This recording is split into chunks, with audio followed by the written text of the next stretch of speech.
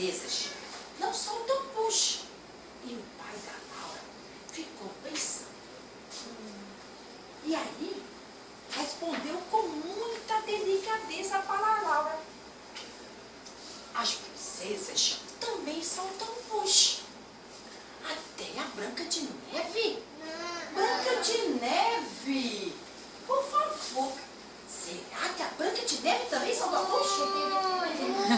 Esta é a minha amiga Branca de Neve. Oi.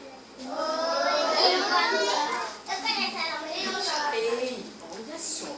E aí, o pai da Laura pegou um livro. Ele amava contar histórias.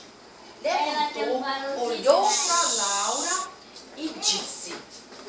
Era para eles um livro que parecia ter 200 anos.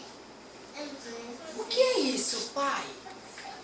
E ele disse, o livro Secretos das Princesas. As princesas também soltam pus. Temos também a nossa amiga Cinderela. Pai, até a Cinderela. Cinderela. A Cinderela. E a Cinderela. E nesse livro contava todos os segredos das princesas. A Bela, Cinderela e Branca de Neve. E aí ele começou a contar.